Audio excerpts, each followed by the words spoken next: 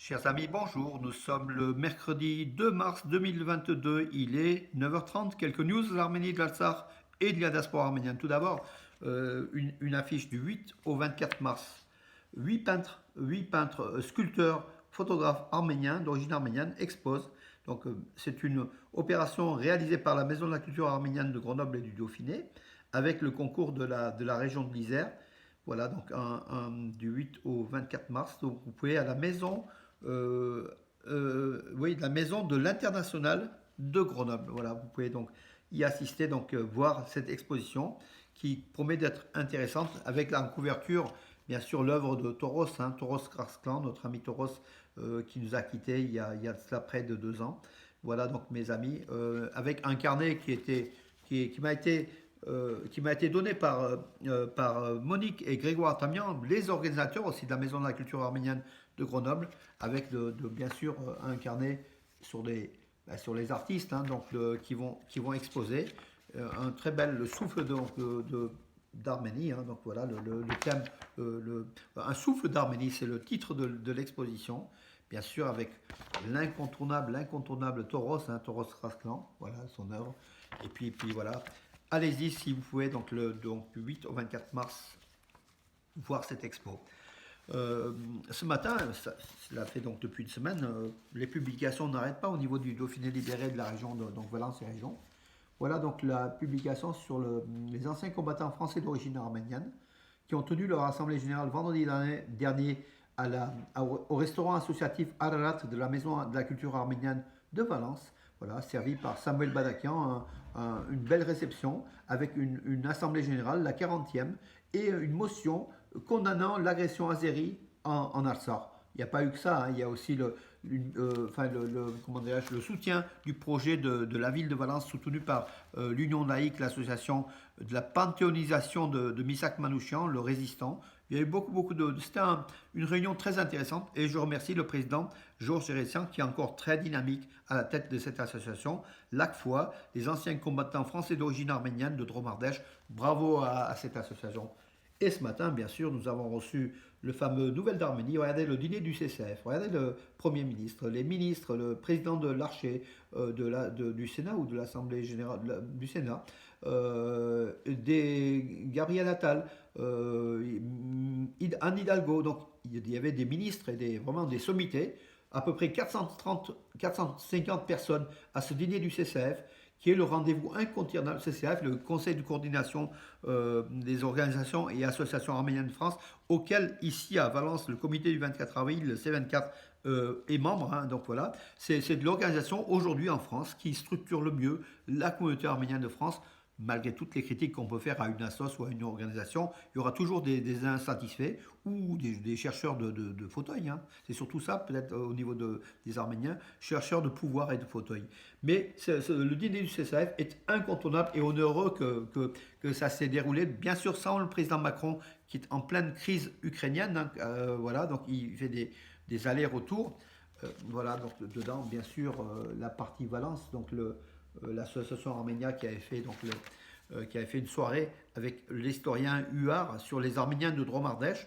Beaucoup de choses dans justement, le fameux quiz, avec le soutien, bien sûr, regardez la caricature, les États-Unis qui soutiennent encore la Turquie. Pour combien de temps, on ne sait pas, aux réactions d'Erdogan qui est un peu du côté des Russes, des fois contre les Russes, comme c'est fait dernièrement. Ça devrait nous arranger cela, donc qu'ils soient un peu contre Poutine. Voilà, mais avec vraiment des reportages. Enfin bon, c'est un journal complet, le Nouvelle d'Arménie Magazine. Si vous n'êtes pas abonné, allez-y, parce que c'est aujourd'hui en France le seul qui donne comment qui donne un panel de l'actualité arménienne, en Arménie et en Artsakh, avec beaucoup de nouvelles, beaucoup de pages, près de 120 pages. J'en ai terminé pour la présentation de la presse et des médias, mes amis, et puis effectivement donc cette expo à Grenoble. Euh, En information, donc l'information hier du jour comment dirais-je, qui était l'information du jour, oui, hier, en Arménie, un couple âgé de 60 ans qui a perdu son unique fils, Garik, qui avait 23 ans lors de la guerre de 44 jours en Artsakh, est devenu parent et redonnant le nom de Garik à leur nouveau-né. Donc un nouveau Garik est né à la place du Garik qui est mort en martyr, qui est mort en héros en Artsakh au champ de bataille de la guerre de 44 jours oui, de septembre-octobre 2020. Donc ce couple, Gevorg et Gohar Davetian, ont 24 ans donc, après leur premier enfant eu un autre fils qui remplacera, il tentera de remplacer du moins, l'enfant perdu lors de la guerre d'Artsakh. Bien sûr, ça a été créé, donc ça a été grâce au progrès de la médecine. Il y a donc ils ont fait appel à une mère porteuse, hein, ce couple de 60 ans, bien sûr.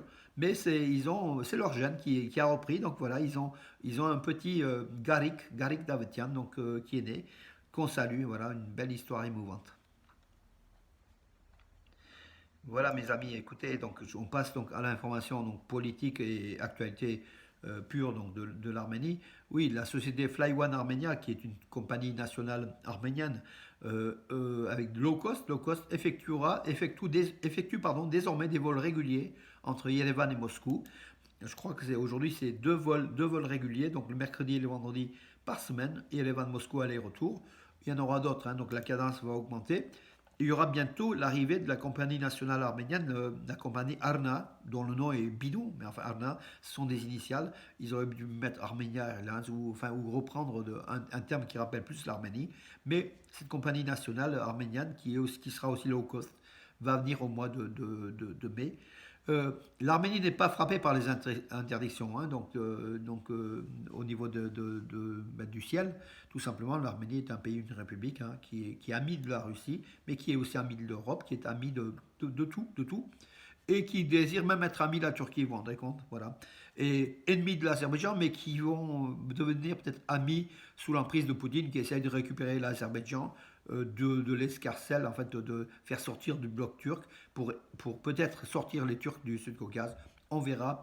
Les plans de Poutine, je pense qu'il est un peu comme on est Poutine, il est très très Machiavel, où il est prévoyant, il voit très très loin que nous on ne voit pas. Donc hier, le Premier ministre arménien Nicole Pachinian a appelé Macron, donc le président français, et ils ont parlé de beaucoup de choses, bien sûr, peut-être de la crise russe, mais ils ont aussi parlé du forum franco-arménien qui est prévu à Paris dans les prochains jours. Alors, dans les prochains jours, les prochaines semaines, un forum franco-arménien, voilà.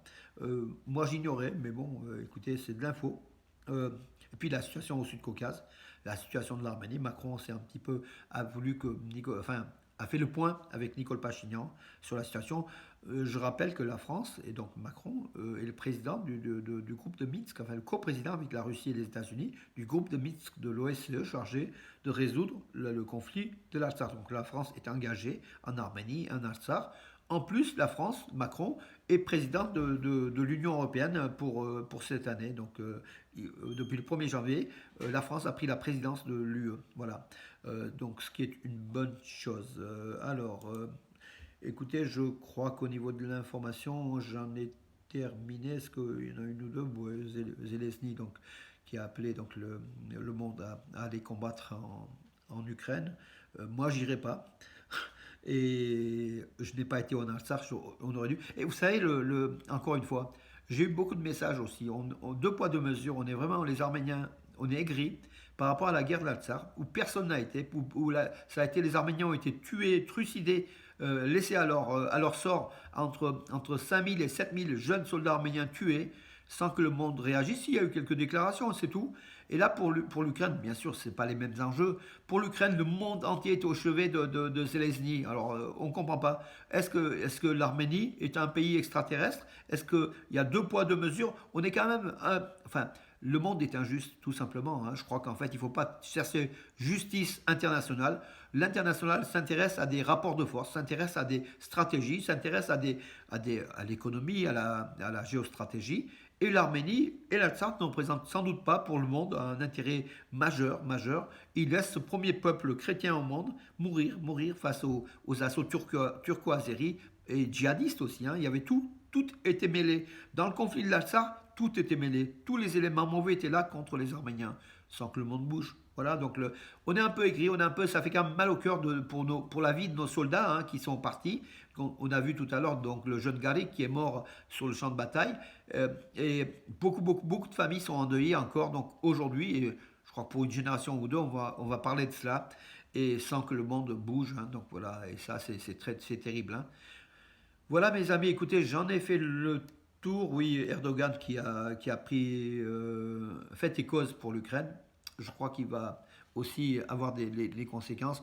Si la Russie gagne la guerre, je crois que la Turquie va perdre des éléments. Par contre, si la Russie perd la guerre, la Turquie va sortir encore plus grandie de cette affaire-là. Moi, je pense pour la première solution, mes amis. Bonne journée, à demain.